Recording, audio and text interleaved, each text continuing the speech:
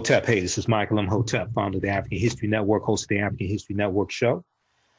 I'm a talk show host, researcher, lecturer, writer, and historian. So it is Thursday, January 9th, 2020, and we are live. And I wanted to deal with this topic. I ran out of time on my Sunday night show, the January 5th, 2020 edition of the African History Network show on 9:10 a.m. Superstation WFDF, when we broadcast here on Facebook Live also. I touched on this topic a little bit, but there was more information that I had that did not get a chance to get to. So everybody share this broadcast on your Facebook page, invite your friends to tune in, and African-American business owners post the name of your business here on the thread of the broadcast. We'll let you know how you can advertise with the African History Network. So every New Year's Day, and you may have done this past New Year's Day, right? In African-American households, they eat black-eyed peas. And I remember when I was a kid, my mother would cook black-eyed peas for New Year's Day, and it was a tradition.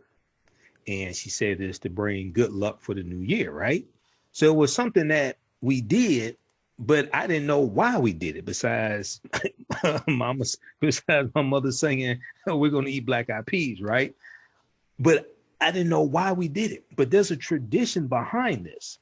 So I want to talk about this. Why do African Americans eat black-eyed peas on New Year's Day?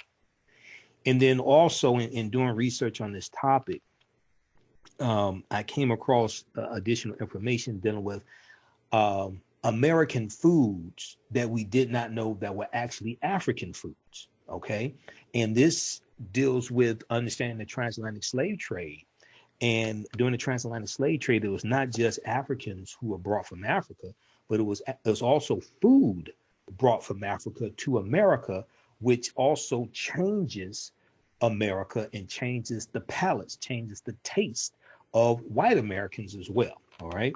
Okay, so how's everybody doing? Share this broadcast on your Facebook page. Then also follow us here on our Facebook fan page, The African History Network, The African History Network. And on our YouTube channel, Michael Imhotep, IMHOTEP. And you can donate to the African History Network as well, paypal.me/AHN show. And then also on Cash App, $, the AHN show on Cash App.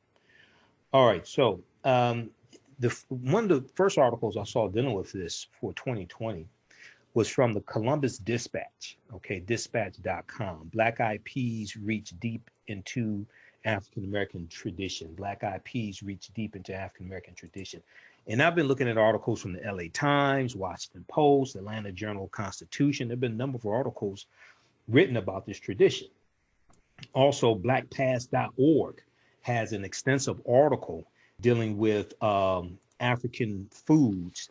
How do they put it?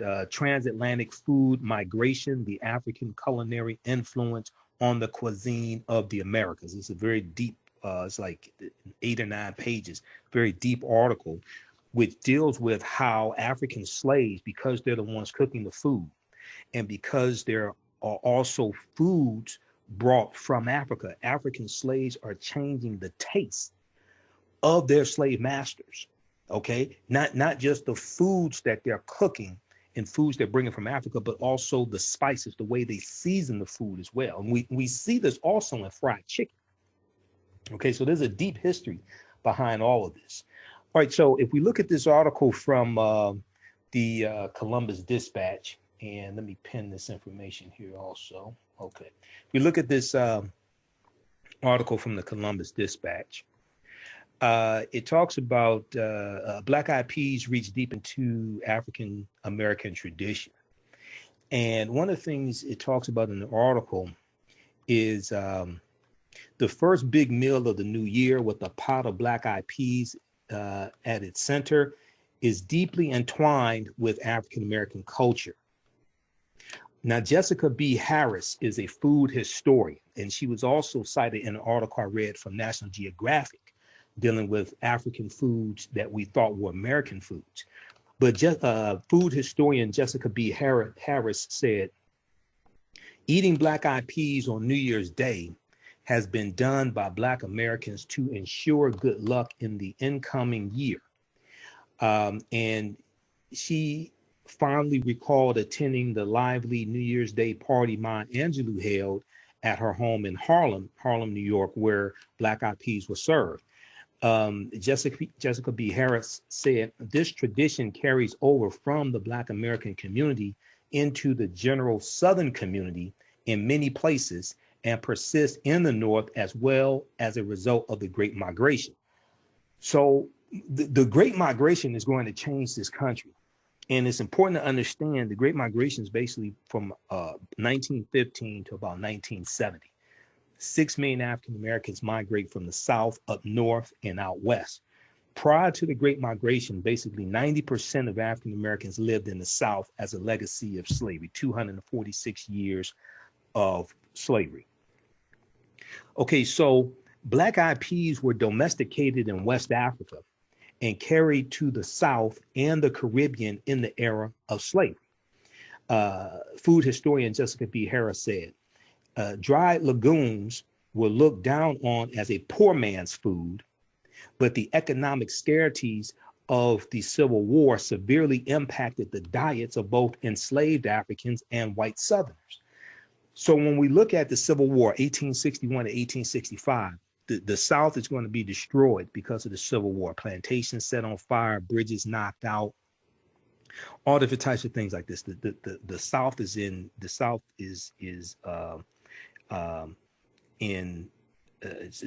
totally was largely destroyed, not totally destroyed, largely destroyed. This is why you need a reconstruction to reconstruct the South. But one thing that oftentimes is not focused on when we look at what's known as the Freedmen's Bureau, the Bureau of Freedmen, the U.S. Bureau of Freedmen, Refugees, and Abandoned Lands. We know they were providing services to the formerly enslaved Africans, the Black freedmen. They were helping them find lost loved ones and put the family back together. They were helping them get married. They were helping them do things like they were helping them put money in banks, all different types of things like this. But the Freedmen's Bureau was also helping destitute white people, because a lot of poor whites you have poor whites who worked on plantations. They may have been overseers, things like this. Well, when the plantations are destroyed, what have you, the enslaved Africans are set free. They're out of jobs. So you had a lot of poor, destitute white people as well. If you watch the original Roots, came out in 1977, Roots, Alex Haley's Roots. In the later episodes, after slavery ends, there was the fictitious white family of George. They called him White George because they had a George who was the son of Chicken George, and then the other George, they call him White George and his wife, and they were destitute. And he comes to George's house. These are the Black people are former slaves, and he's begging for food. And then while he's sitting there eating, he says, his wife was outside, she's pregnant. So the former slaves bring them in and feed them also, right? You had a lot of destitute white people that oftentimes are not talked about. So the Black Eyed Peas were domesticated in West Africa and carried to the South and the Caribbean in the era of slavery. Dried legumes were looked down on as poor man's food, but the economic scarcities of the Civil War severely impacted the diets of both enslaved Africans and white Southerners. Black Eyed Peas became more common, and it is said people considered themselves fortunate to eat them during a time rife with food insecurity. Okay, so because of a time of poverty, people going hungry, things like this, you had people who consider themselves fortunate to be able to have Black Eyed Peas, but Black Eyed Peas are coming from West Africa. Black Eyed Peas are African food. Though, so they talked about, previously in the article, they talked about Mashama Bailey. And Mashama Bailey is a chef. And about 10 years ago, Mashama Bailey asked her maternal grandmother, Geneva West of Forsyth, Georgia, to serve Black Eyed Peas with ham hocks and collard greens on New Year's Eve. Mashama Bailey was returning to New York City where she lived and wanted to have that symbolic meal before she left that day. And her grandmother suggested her grandmother suggested her reluctance to serve the dish before New Year's Day, but Geneva West ultimately agreed. Okay, so though Bailey's family uses ham hocks in its black eyed peas, she opts for a vegan approach that produces a clean, pure pea flavor, PEA. It also allows her version to be enjoyed by those who don't eat meat. Okay, so I don't eat meat. So when I cook black eyed peas, I ain't have black eyed peas New Year's Day. I guess I need to have some, right? But I don't put meat in it. Okay, but putting ham hocks in it, that's something I guess that we get from slavery.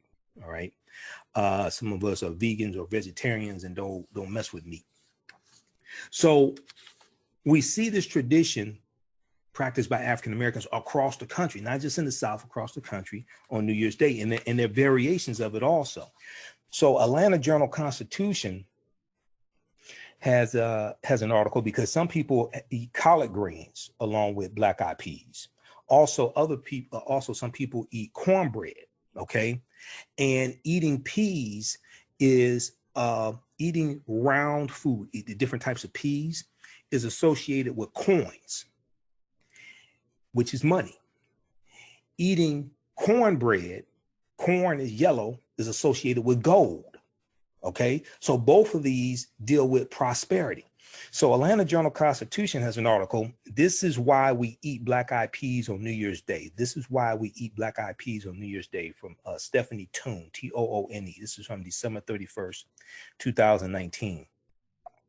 And in this article, they talked to, they reference researcher John Egerton, who wrote the book Southern Food at Home, on the Road, in History.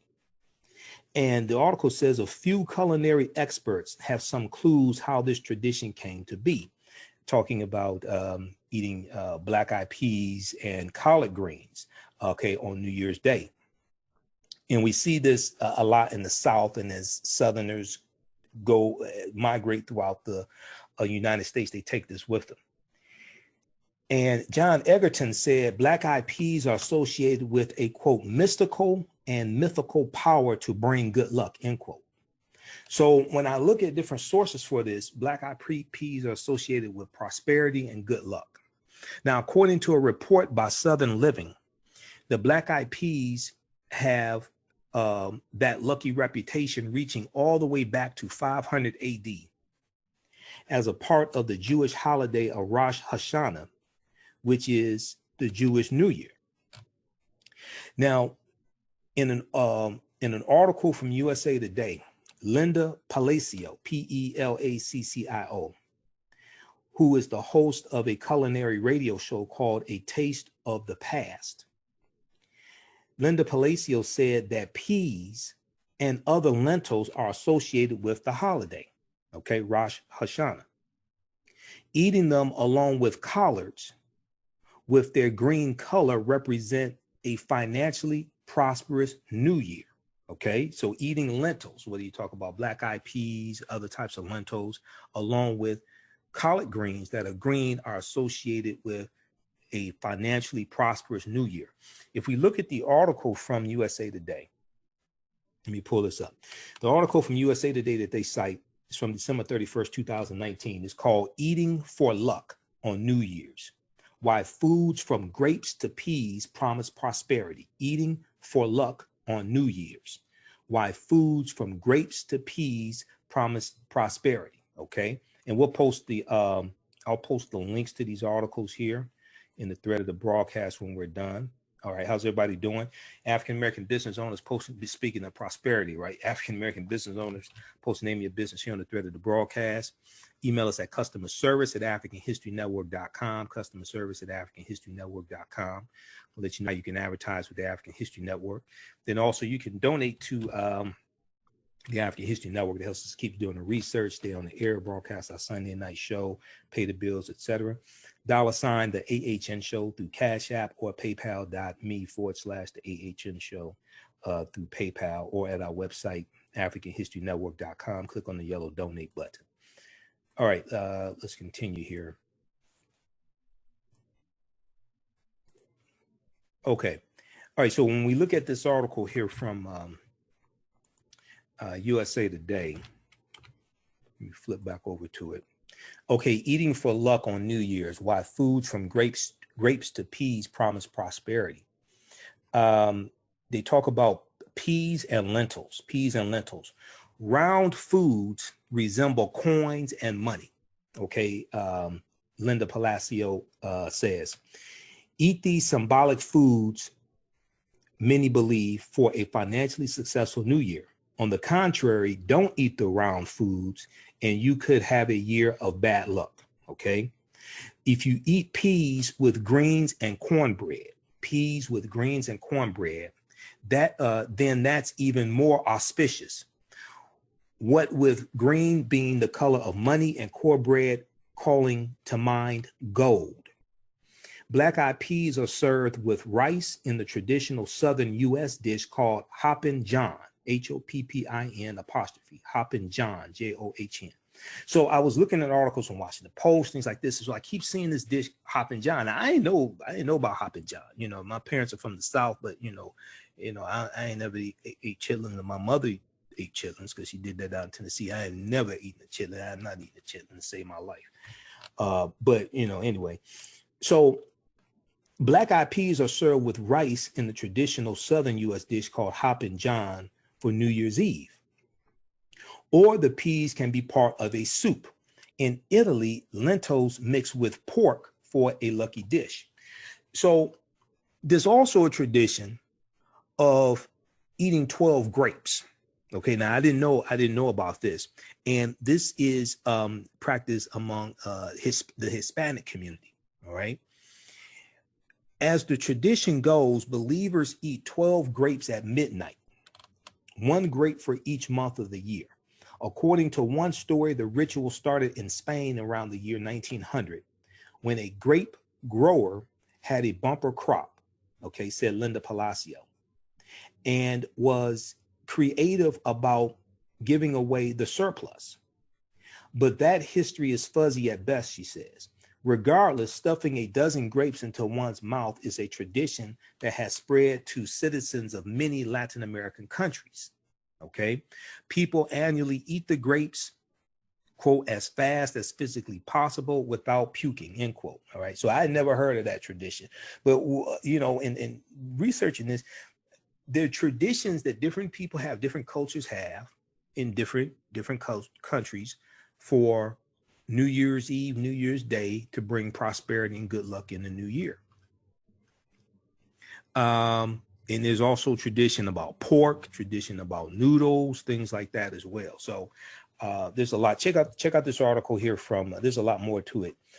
Check out this article from USA Today. Eating for luck on New Year's, why foods from grapes to peas promise prosperity. We'll post this link here on the thread of the broadcast here. We got Kenya, Donita. How you doing, Donita? Maurice. There's a few of the people watching. Everybody share this broadcast on your Facebook page. Invite your friends to tune in also. Share this on your social media platforms as well, YouTube, etc. We've got, okay, Donita, Maurice, Portia, Jeffrey, Charlotte. Who else? Gata, Dennis, just a few of the people watching. All right, let's continue here. So, okay, that's the USA Today article. Now, black-eyed peas in the South, we go back to the Atlanta Journal-Constitution article, right?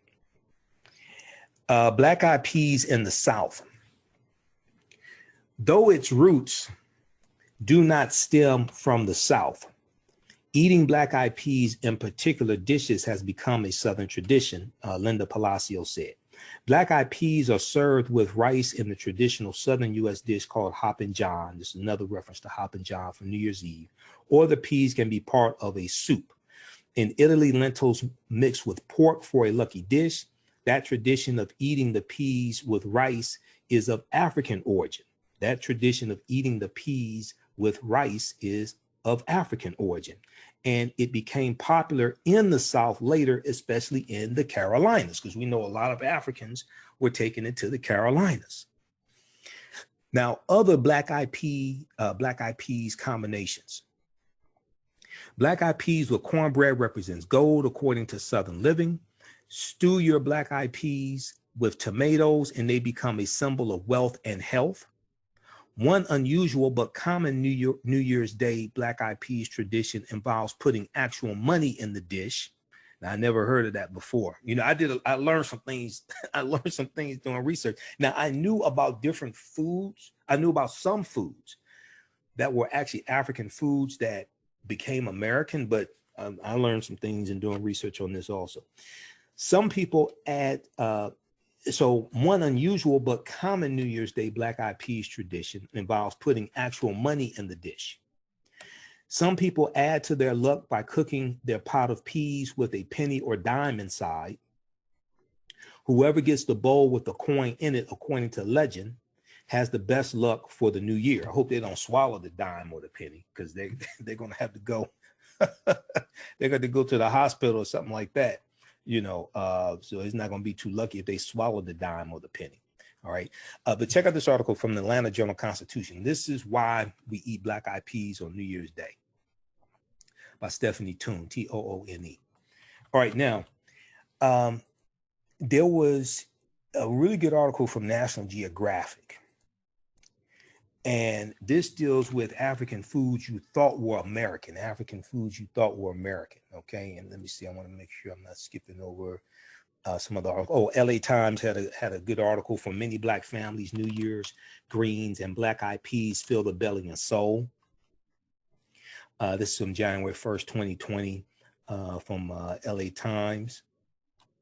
Let's see. Okay, and they talk about Hoppin' John again in this article as well.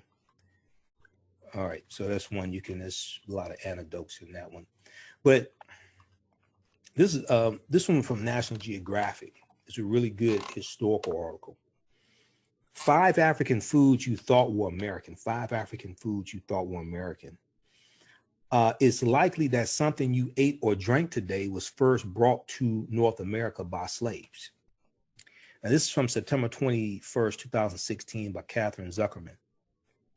And in the article, it talks about the opening of the National Museum of African American History and Culture in Washington, D.C., and there are nearly 37,000 objects that will go on display in collections that range from clothing and communities to segregation and slavery, stitching together a tapestry of suffering, triumph, and tradition. Some of these artifacts, like an oyster basket used by African American oystermen, and a large stock pot that was once used for cooking collard greens at DC's famed Florida Avenue Grill, will be part of an exhibit that looks at African American foodways across 3 distinct regions: the agricultural South, the Creole Coast, and the North. The museum's restaurant, Sweet Home Cafe, will focus on ingredients and dishes specific to these regions, plus one more region called the Western Range, with offerings like shrimp and grits, the Creole Coast, buttermilk fried chicken, agricultural South, oyster pan roast in the North, and son of a gun stew in the Western Range. Now, they spoke with Jerome Grant. Jerome Grant is an executive chef at Sweet Home Cafe. And he said each of the 4 regional stations demonstrate the migration of African-American people and culture through foodways. Indeed, many of the fruits, vegetables, and legumes we now take for granted came to the United States from Africa through the transatlantic slave trade. And the different foods, they have a map here. The different foods they refer to are black eyed peas, coffee, cola nuts, okra, watermelons, and they show different coffee trade routes and slave trade routes. So let me see. Let me turn on the screen share, see if I can show you this as well, because oftentimes when we talk about the transatlantic slave trade, and I do an online class dealing with the transatlantic slave trade, ancient Kemet, the Moors, and the Ma'afa, understanding the transatlantic slave trade, what they didn't teach you in school. A lot of times we talk about the, we'll talk about the human cargo, the African bodies, African people who were taken out of Africa. But we don't talk about the intellectual capital that was taken out, the scholars, the attorneys, the physicians, okay, doctors, scientists, teachers, things like this, right? But there were mathematicians, but there were agriculturalists. There were those who herded animals, those who worked with animals, but there were also farmers. There were agriculturalists. And the Africans who had expertise in planting crops and cooking food and all different types of things like this. So that intellectual capital was brought to this country. And then you're going to have African foods that are brought here as well, because you have, when you have enslavers on the slave ships, they're, when they're buying Africans or what have you, or trading, however they're doing this, it varies from place to place. They're also getting food as well. They're also getting foods. And then also in the Caribbean, they're going to do the same thing in the Caribbean. And some of those Africans are going from Africa to the Caribbean and then coming here as well. Okay, so if we look at this quickly here, and let's see if we can zoom in.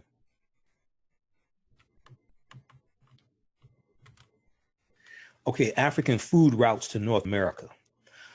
Before they became staples to North America, many African foods made their way over via the transatlantic slave trade between the 16th and 19th century, so the 1500s to 1800s, with coffee taking the most circuitous route, coffee taking the longest route. So it's a little faint. But we see Angola. Let me see if we see the pointer here. We see Angola, and we see them coming from Angola, because Africans didn't just come from West Africa. They're taking Africans from Angola, from Congo, different places like that. And they're coming to the U.S. About 20% of African Americans have ancestry that go back to Angola and the Congo. They're taking them from West Africa, Senegal, Ghana, Mali, Nigeria, Sierra Leone, things like this, right? So we look at the routes and we see them going into like the Caribbean. We see them going here on the East Coast, coming from these areas, coming from Senegal, Sierra Leone, coming from Guinea, coming from coming from Ghana. All this, we see them going into these routes here, going into the Carolinas, going into these areas here in the East. And then we see coffee, okay? We see coffee coming from, looks like Ethiopia, and then going through Europe, coming to the East Coast. I'm not exactly sure where that is on the East Coast, what state that is, what colony then state. Okay, so if we look at this here, but you can check out this, we'll post a link to this article. You can look at this more in depth. All right. So if we look at this, among the most important of these, says African-American foodways author and scholar Jessica B. Harris, once again, Jessica B. Harris, who was cited in the article from the Columbus Dispatch. Among the most important of these, says African-American foodways author and scholar Jessica B. Harris, whose research helped shape the Sweet Home Cafe menu, are black-eyed peas, okra, watermelon, cola nuts, and coffee. Now, UCLA professor of geography Judith Carney, C-A-R-N-E-Y, agrees. In her book, In the Shadow of Slavery, Africa's Botanical Legacy in the Atlantic World, B-O-T-A-N-I-C-A-L, botanical, dealing with flowers, plants, things like this. Judith Carney, in her book, outlines the origins and trajectories of each of Africa's major native crops that were brought over to the U.S. on slave ships. She said the story of African crops is little known and poorly understood. To look at these plants is to engage the organization of the slave trade as corridors for the diffusion of African plants to the Americas. To look at these plants is to engage the organization of the slave trade as corridors for the diffusion of African plants to the Americas, end quote. Now, the article goes on to say, after all, how often do we consider when selecting the ripest melon for our summer fruit salad or ordering a cafe latte with breakfast, that these things originated and flourished on a completely different continent? Even more important, how often do we consider that it was an enslaved population that brought them here? Now, it doesn't help that white Southern chefs often receive credit for showcasing certain quote unquote heritage food on their menus without noting that they're actually native to Africa. So then they give an example of Paula Deen. Now we remember Paula Deen, the Southern cooking, comfort food, Southern cooking chef, right? And I think she had a TV show. You would see her on TV shows. And then in 2013, she admitted to using racial slurs, right? So, Paula Deen was from Albany, Georgia, and she built an empire around her brand of Southern cooking. Okay. Now, the African American Museum aims to change this understanding of food and foods that Africans brought to this country by helping, quote, all Americans see how their stories, their histories, and their cultures are shaped and informed by global influences, end quote, according to the museum's website. Now, in that spirit, they go on to list 5 foods that are African that we associate with American. We don't know that they're African. First, we have the cola nut or cola nuts, which come from West Africa, called cola natida, N-I-T-I-D-A. And let's see, who is this? Judith Carney said that 2 of the most widely consumed beverages in the world today are based wholly or in part on plants ancient Africans domesticated. On plants ancient Africans domesticated. One of these plants is the cola nut, whose level of caffeine considerably exceeds that of coffee. Okay, and the cola nut was once a key ingredient in Coca-Cola. All right, this comes from Africa. This comes from West Africa. Enslaved Africans used the cola nuts to freshen the fetid, F-E-T-I-D, water available on the ships on their voyages across the Atlantic, which undoubtedly contributed to the early presence of the cola nut in New World plantation societies, Judith Carney said. Then we have okra. Now, I'm not a big fan of okra because it's slimy. But okra comes from West Africa as well. Okay, hibiscus esculentus, Esculentus. She said, wherever okra points its green tip, Africa has been. Wherever okra points its green tip, Africa has been. This is what Jessica Harris said. And she said, quote, in the South, where enslavement lasted longer and climate made Africans and their descendants most at home, it is revered and treated with respect.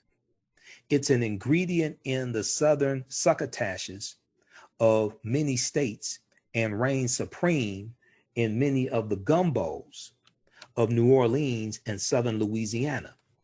Southerners just seem to know, or perhaps have learned from African Americans, how to savor the slippery juice that the tender pods exude when they are cut, end quote. Okay, so okra comes from West Africa. I'm not a fan of okra. You can have my serving of okra. Then we have watermelon. Okay, now I like watermelon. Watermelon comes from Africa. The region is unknown. And I've seen some different articles talking about the origins of watermelon as well. The ancestor of the watermelon we know today first grew in Africa, but its prototype was originally a bitter melon that was grown on arid savannas for its edible seeds and as a storable form of moisture. Okay, Judith Carney said. And they referenced the 5,000 year secret history of watermelon. Okay, the 5,000 year secret history of watermelon. This is another article from National Geographic from August 21st, 2015. Let's see here. Hold on. Let's see. What is this doing? Okay, just a second. It's asking for my email address again for some reason. Okay, ancient Hebrew texts and Egyptian tomb paintings reveal the origins of our favorite summertime fruit. So when you start studying the history of foods like this, I mean, this history is deep. This takes you back hundreds of thousands of years. So in this article, let's see, let's scroll down here.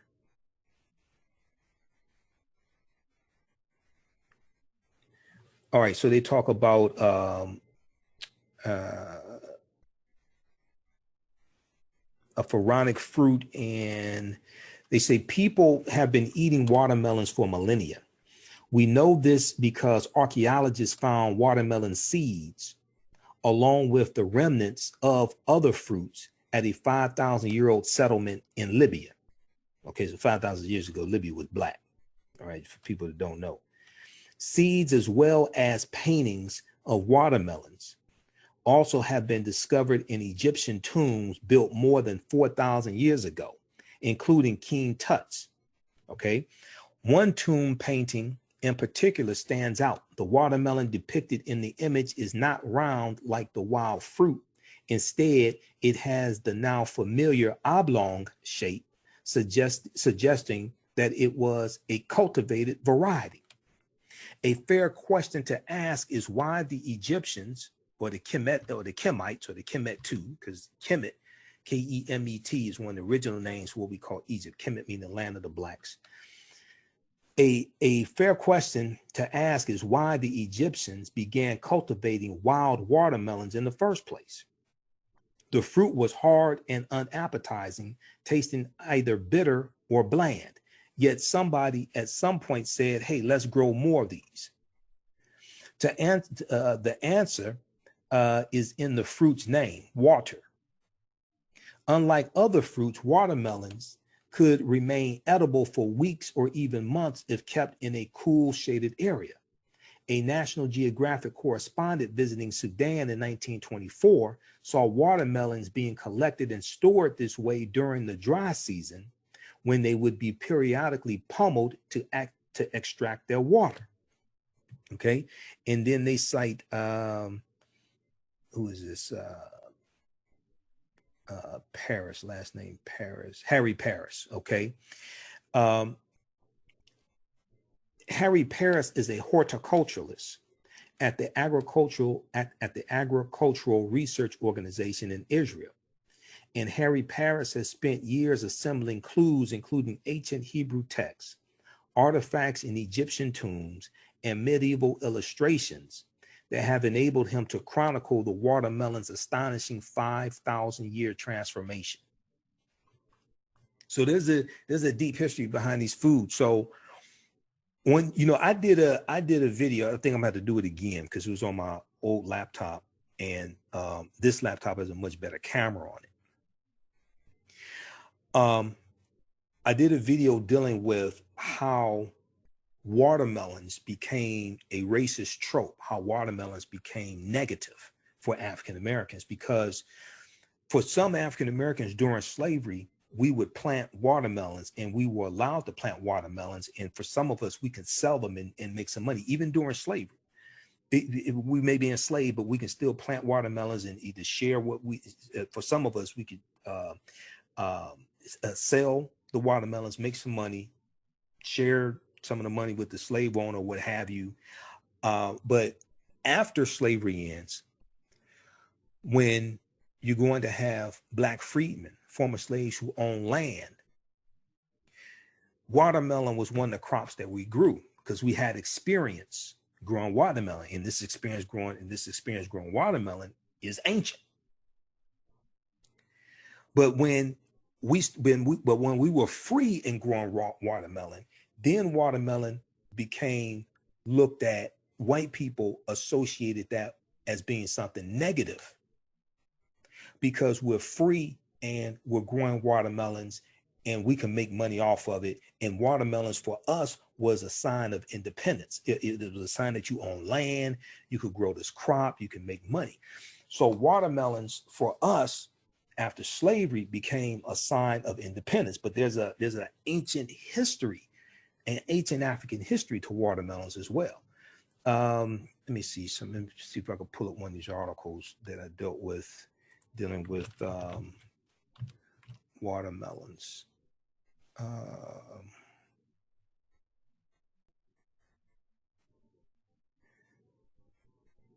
Yeah, the Atlantic.com has a good article, How Watermelons Became a Racist Trope. There's a number of articles I read dealing with this, but the Atlantic.com has one.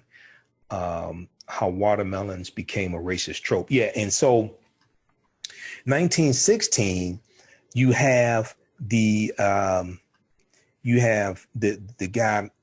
singer Harry C. Brown.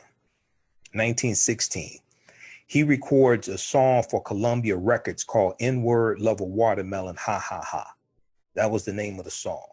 Because what we're going to see is in the early 1900s, we're going to see these caricatures of African Americans eating watermelon and it being something negative.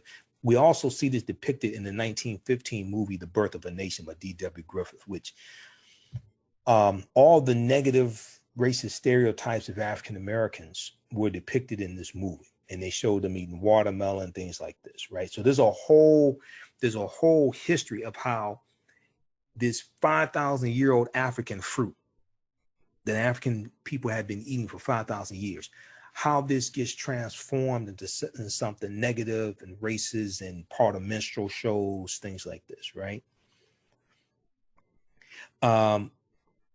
But Harry C. Brown writes, he sings this song and it's a big hit. 1916. This is during the beginning of the Great Migration. This is during World War I. And the song is on YouTube. You just Google N-Word Love a Watermelon, Ha Ha Ha. You can listen to the song.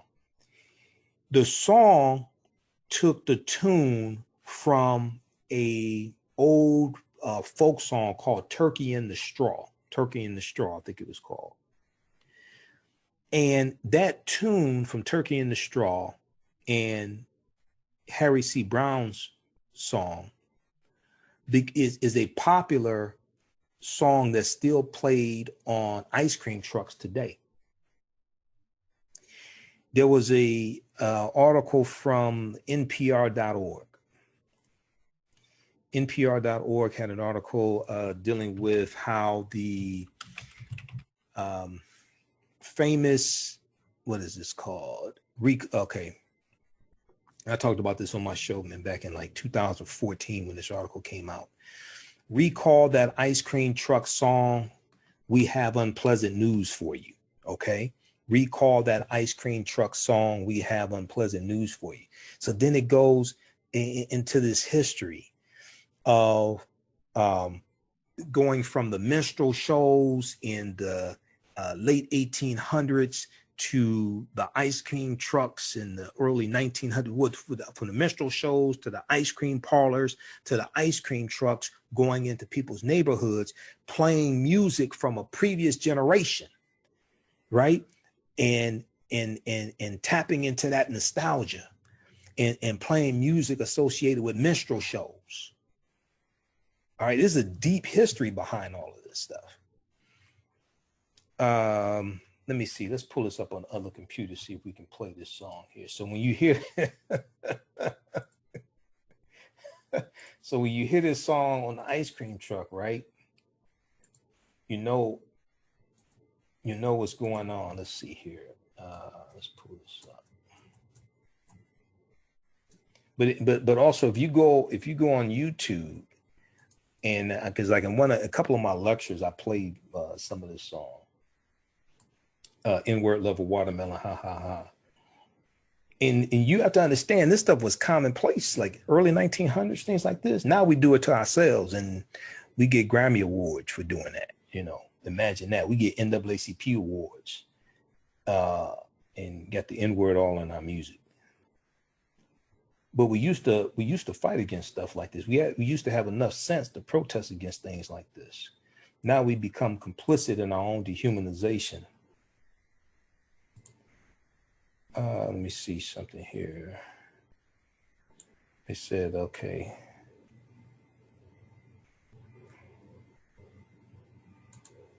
Let me see if I can pull it up.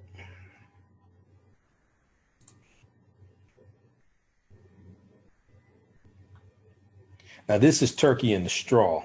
I just want you to hear the melody.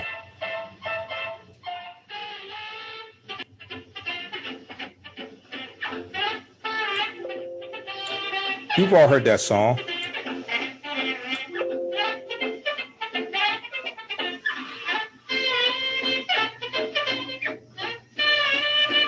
So we've all heard that song on the ice cream truck. So that's the 1942 version of Turkey in the Straw. But that song was also, that's an old song. That goes back to the late 1800s, something like that, Turkey in the Straw. But that was used as the melody for N-word level watermelon, ha ha ha, in 1916. Okay. So, and that song is still played by, this song is still played by ice cream trucks today. All right, so and this ties into the history of the minstrel shows in this country. All right, so you know what you do for yourself, what you do to yourself, and what you allow other people to do to you and get away with is based upon what you think about yourself. What you think about yourself is based upon what you've been taught about yourself. What you've been taught about yourself is based upon everything you've read, heard, and seen about yourself. All right. So when you start studying this history, you start studying the history of the minstrel shows going back to slavery, going back to 1828, about 1828, 1829, T.D. Rice, Thomas Dartmouth Rice creating the Jim Crow character. And Jim Crow character comes from the song "Turn Around, Jump Around, I Jump Just So." Every time I turn around, I jump Jim Crow. And then T.D. Rice being known as the father of the minstrel shows. And minstrel shows spreading all throughout the country, South and North, and becoming one of the top forms of entertainment in this country. You know, and they're lampooning and caricatures of African Americans, dehumanizing images of African Americans, things like this. And we're going to see this. We see this come to radio when we have Freeman Gosden and Charles Correll in the 1920s create the characters of Amos and Andy, which became like the most popular radio show of its time, Amos and Andy. These were two white men who oftentimes would perform on the radio in blackface because they would take pictures, put them in newspapers, put them in magazines, things like this. I'm an old radio show buff, so I study like the history of old radio shows, things like this. Freeman Gosden and Charles Correll created the characters of Amos and Andy. And I've seen pictures of them wearing blackface doing the radio show. Okay.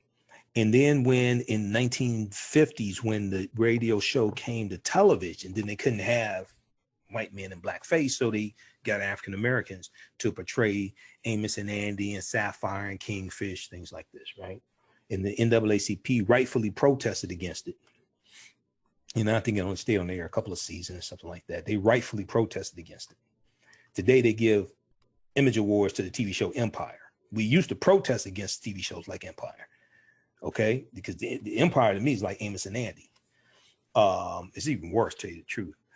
But the NAACP used to protest against stuff like that. The NAACP led protests against the movie The Birth of a Nation in 1915. Okay.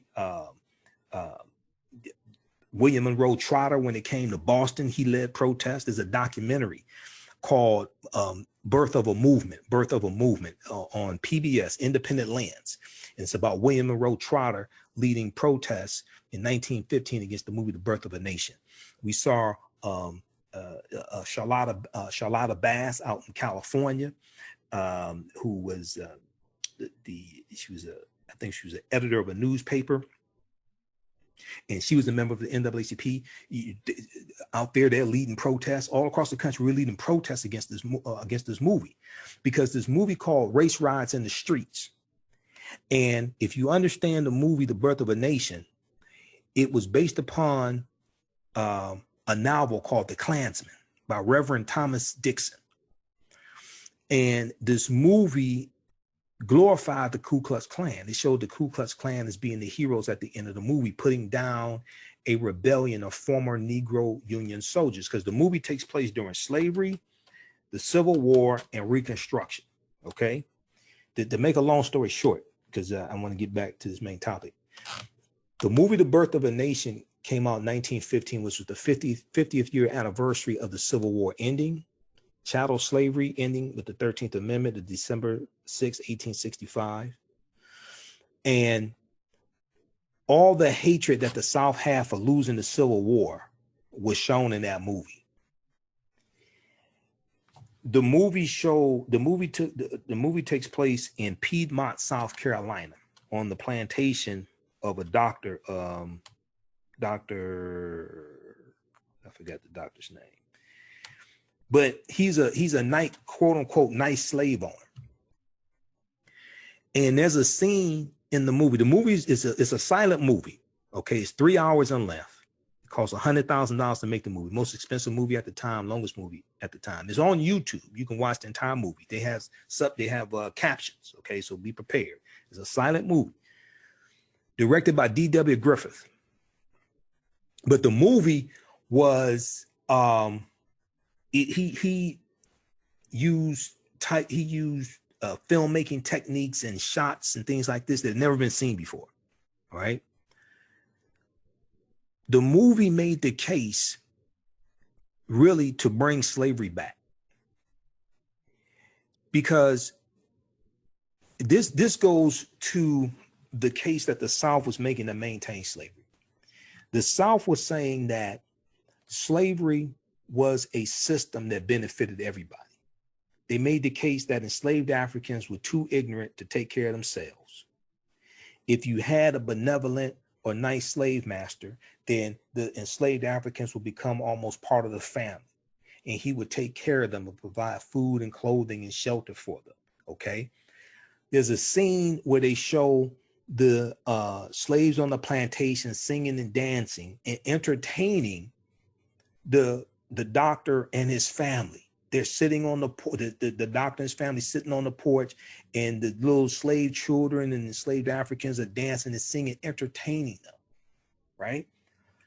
This is the case that the South was making. The South was making that the case that the system of slavery had a system of checks and balances. If you turn the Africans free, they will not be able to take care of themselves. They're going to be wild. And you're going to have black men trying to rape white women. That's depicted in the film. Okay. Now, most of the characters who were supposed to be African Americans in the movie were white people in blackface. And there's a scene where they have quote unquote the big black brute trying to rape a white virgin.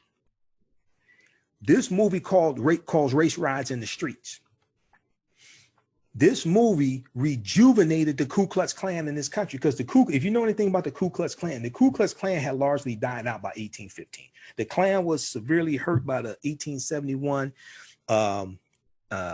Ku Klux Klan Act of 1871.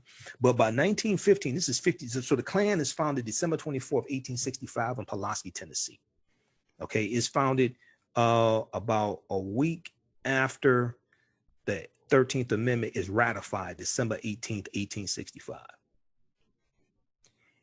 So the Klan is large. They still exist, but they're weak. They've largely died out by 1915. A lot of the early Klan members are dead. This movie rejuvenated the Ku Klux Klan. And the Klan becomes very powerful again in the 1920s. So around 1926, you see the Klan, they have the march in Washington, D.C. outside the U.S. Capitol building. The Klan becomes very powerful again because of this movie. And the movie was so powerful that in newspaper ads, in newspapers where they had ads advertising the movie The Birth of a Nation, the Ku Klux Klan would oftentimes take out recruiting ads next to the ad of the movie The Birth of a Nation. Because when you saw the movie poster for The Birth of a Nation, they had a Klansman on a horse in the movie, on the movie poster. The first 30 days that the movie was out, the movie was called The Klansman.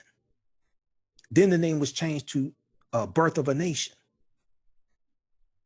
So when you look at that, and then and we see the Klan, they had another rejuvenation during the civil rights era, during like the 50s and 60s, things like that.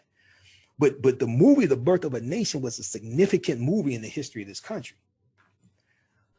All right, so check out the article from npr.org, Recall the Ice Cream Truck Song. Okay, check that out. We got Carla, Lisa, how's everybody doing? Laura, what else is here? Okay. And in African American business owners, post the name of your business here on the thread of the broadcast. Our current promotion, buy 1 month, get 2 months free. Buy 1 month, get 2 months free. We can get you up and running today. Email us at customerservice@africanhistorynetwork.com. Customer service at africanhistorynetwork.com. Okay. We promote your business through our Facebook Live broadcast, also through the audio podcast of the broadcast throughout the week. We're on 8 different audio podcast platforms like Stitcher and Castbox, Acast, FM Player, TuneIn. I just recently uploaded some podcasts. We'll be uploading some more the next few days. So in 2020, a lot of people want to get their financial house in order, and certified financial planner Martisha Patterson can help you with this. Now, financial planning is an important tool helping you get and keep control of your finances and over time build wealth. A certified financial planner is a resource who can help analyze your financial situation and discover resources you can use to maximize your success. Martisha Patterson is a certified financial planner with over 20 years in the wealth management industry. She will help you apply proven tools, techniques, and strategies so you can meet your financial goals. What she's offering is a transformative way of thinking, which will lead to a successful outcome. Contact her today for a free consultation. Visit her website, pattersonplans17.com, pattersonplans, the number 17.com, or give her a call, 646-552-4384, 646-552-4384. You can also email her at pattersonplans, the number 17@gmail.com.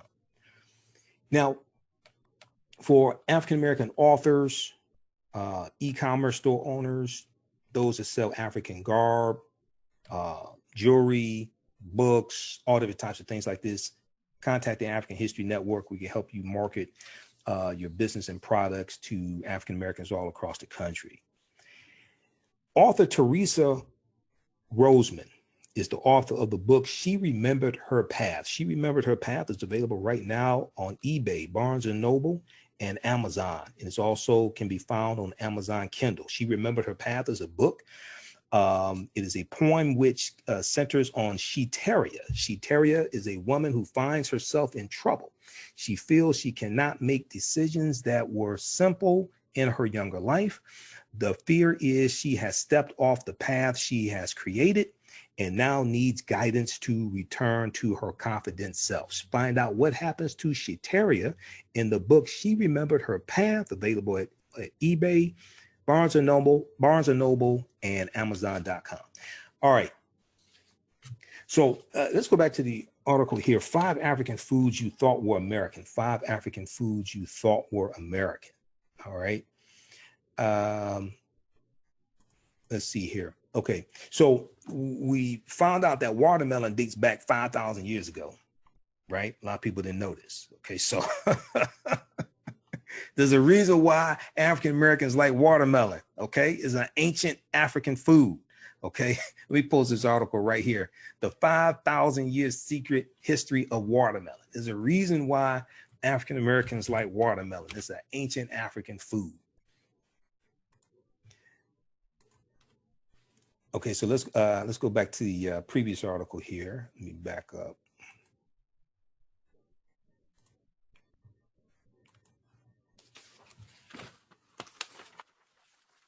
All right, so we've talked about cola nuts, we talked about okra, and then a watermelon also. Okay, so when we look at, okay, now scholars debate exactly, scholars debate where exactly on the continent watermelon came from, but it was cultivated widely in ancient Egypt, ancient Kemet, where it was buried in pharaohs' tombs to provide hydration for their journeys to the afterlife. So when we look at black-eyed peas, also known as cowpeas, C-O-W-P-E-A-S, we find cowpeas coming from Central and Southern Africa. Now, black-eyed peas, cowpeas are high in protein with leaves that are rich in minerals. Black-eyed peas grow quickly, suppress weeds, and improve yields of other crops. The legumes were used as a provision on slave ships and later also used to feed livestock in the U.S., hence the alternate name cowpea, C-O-W-P-E-A, cowpea. Black-eyed or cowpeas. Black-eyed peas are associated now with New Year's Day in the American South and are a key ingredient in Hoppin' John, a dish made with greens and pork that symbolizes good luck. So I read a number of articles that talked about this Hoppin' John because I had never heard of Hoppin' John before now. I haven't had meat going on like 12 years. Let's see, been veteran since 2005, 2015 years. Okay. So I had never heard of Hoppin' John. Now we look at coffee. Okay. Coffea arabica. Okay. Which comes from Ethiopia. Many people associate coffee with South America. But, quote, Ethiopia is the birthplace of the world's premier coffee, said Judith Carney. Legend has it that a goat herder named Kalbi, K-A-L-B-I, discovered it when his herd became particularly boisterous after eating berries from a tree. Whether that's true or not, quote, how to take a coffee bean, know when and how to roast it and turn it into a delicious beverage involved a deep cultural knowledge system of growing and brewing varieties from the Ethiopian highlands where it originated, end quote, said Judith Carney. Now, when Europeans reached East Africa, Yemen, Saudi Arabia, and the Emirates in the 16th century, they encountered coffee houses and culture around the drink. But given the racial prejudice against Africans honed during the transatlantic slave trade and the fact that coffee had become so central to Muslim culture, Europeans attributed the art of making the drink and the profusion of coffee houses to Muslim societies. Now, Judith Carney says in her book, quote, the popular image of Africa today is of a hungry continent. Yet it's because of African crops and enslaved Africans or the enslaved agricultural practices that we eat what and how we do in America. Okay, it's because of African crops and because of the agricultural practices of African slaves that we eat what and how we do in America. So this is another way that Africa has profited, that America has profited from Africa and has profited from the transatlantic slave trade. It's not just from the African bodies, it's not just from the labor, but it's also the foods from Africa that have come to America and have become American as well. Okay, so check out this article as well, 5 African foods you thought were American from National Geographic. All right, let's see who we have here. Okay, how's everybody doing? Share this broadcast. Follow us on our YouTube channel, Michael Imhotep, Imhotep. Follow us on our Facebook fan page, The African History Network. Visit our website, AfricanHistoryNetwork.com. All of my DVD lectures are there. If you like this type of information, all of my DVD lectures are at our website, AfricanHistoryNetwork.com, AfricanHistoryNetwork.com. Our latest bundle pack is the Black Migration 1619 to 2019 six-lecture bundle pack. We have it in digital download format and DVD format as well. So this on sale $45 and $50. So we just posted that link. Check that out also. And all of my, I have about 45 of my lectures at our website, AfricanHistoryNetwork.com. Okay. Listen to the African History Network show every Sunday, 9 p.m. to 11 p.m. Eastern Standard Time on 9:10 a.m. the Superstation WFDF. Don't I have a voice for radio? That's what everybody tells me, right? So so this year I'm celebrating my 10th year in radio. And see, March 10th, 2020 will be 10 years of doing the African History Network show. And April of 2020 will be 4 years of doing the African History Network show on 9:10 a.m. the Superstation WFDF in Detroit. If you like this type of information, you can also donate to the African History Network, paypal.me/the AHN show. And also through Cash App, $ the AHN show through Cash App. We posted a link here. And at our website, AfricanHistoryNetwork.com, click on the yellow donate button as well. Okay. All right. So all of our shows are podcasted. Let's see, our January 5th, 2020 show is in audio podcast format also. So when you go to AfricanHistoryNetwork.com, click on the link, listen to podcasts. We're on 8 different podcast platforms, wherever you get your podcast from, whether it's Castbox, iTunes, Stitcher, FM player, TuneIn, radio. Just search for the African History Network show, the African History Network show. And when you go to Blog Talk, if you go to our website, click on the link, listen to podcasts, it takes you to our Blog Talk Radio page, blogtalkradio.com/the African History Network show. We have about 1,000 audio podcasts there going back to 2010. Okay, so I've been doing this for a minute. All right, let's see. Let's look at some more of your comments here before we get out of here. Let's see. We got Audrey. Okay, how you doing, Audrey? Thanks for the enlightenment. We've got Laura. Okay, so it's very educational and enlightening. All right, good. This is a lot of work. Okay, we got Carla, Lisa, Nathaniel. And I'm going to have to do a separate broadcast really dealing with the history of watermelon.